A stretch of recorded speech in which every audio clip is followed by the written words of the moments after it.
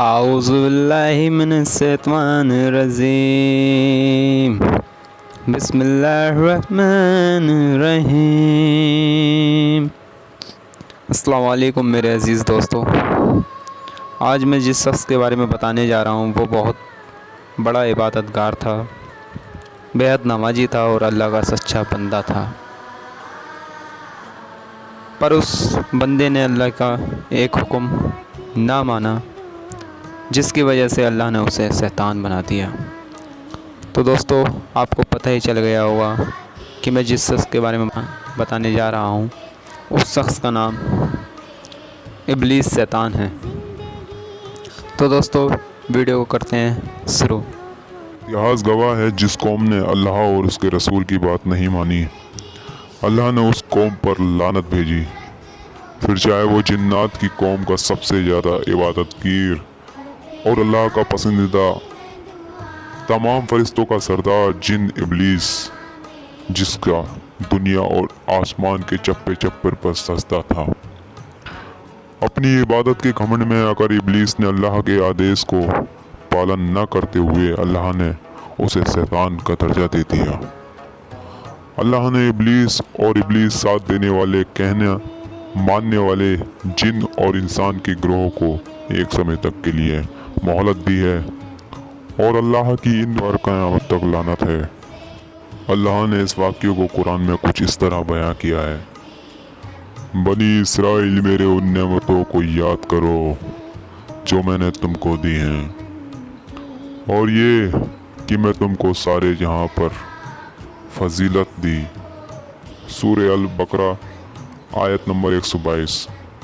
اور ہم نے بنی اسرائیل کو کتاب، توریت اور حکومت اور نبوت عطا کی، اور انہیں عمدہ چیزیں کھانے کو دی، اور ان کو سارا جہاں پر فضیلت دی۔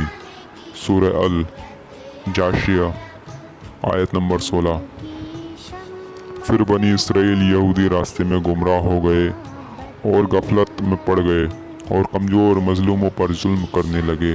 جو رسول یہودیوں کے خلاف اللہ کا حکم لے کر آتا، یہودی اس رسول کا کہنا نہیں مانتے، رسول کو جھٹلا دیتے اور کبھی کبھی رسول کو قتل بھی کر دیتے۔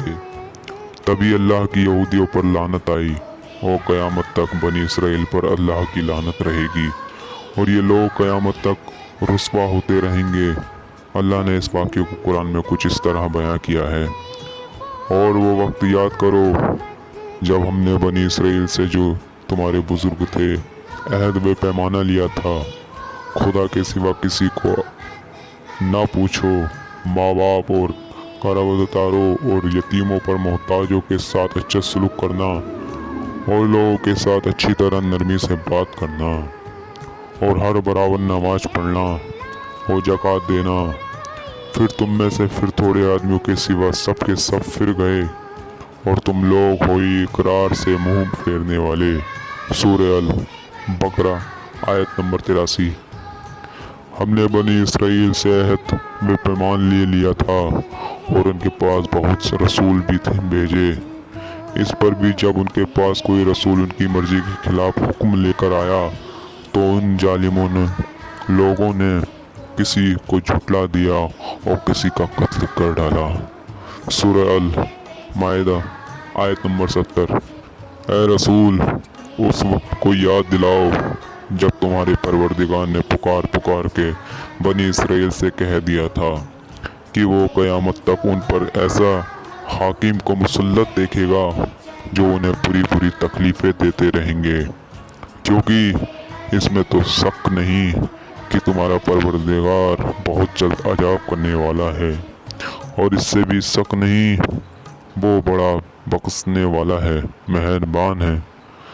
سورہ الاعراف آیت نمبر 167۔ اللہ نے یہودیوں پر ایسا حاکم کو مسلط کیا جنہوں نے یہودی قوم میں قتل عام مچا دیا اور سمے پر انہیں بری تکلیفیں دیتے رہے۔ آج ایسے کوئی حاکم کے بارے میں ہم جانتے ہیں جنہوں نے یہودیوں کو بری تکلیفیں دی۔ یہ اللہ کا یہودیوں پر عذاب ہی تو ہے۔